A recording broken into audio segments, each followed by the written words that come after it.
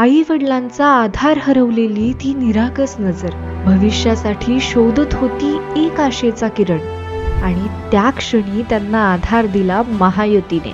महाराष्ट्र शासनाच्या क्रांतीज्योती सावित्रीबाई फुले बालसंगोपन योजना अंतर्गत 0 ते 18 वयोगटातील अनाथ, निराधार, बेघर मुलांना संस्थेत न ठेवता पर्यायी कुटुंबाचं प्रेमळ छत्र दिलं जातंय, जेणेकरून त्यांचं संगोपन कौटुंबिक वातावरणात प्रेम, स्नेह आणि संस्कारात होईल. मुख्यमंत्री माननीय देवेंद्रजी फडणवीस, उपमुख्यमंत्री माननीय एकनाथ शिंदे आणि अजितदादा पवार यांच्या नेतृत्वात या योजनेसाठी मंजूर झाले तब्बल 101.46 कोटी रुपये. प्रत्येक पात्र बालकाच्या खात्यात दरमहा 2250 थेट जमा. ही केवळ एक योजना नाही, ही आहे एक माणुसकीची चळवळ. महाराष्ट्राच्या प्रत्येक बालकासाठी एक खंबीर आधार, आपलं महायुती सरकार.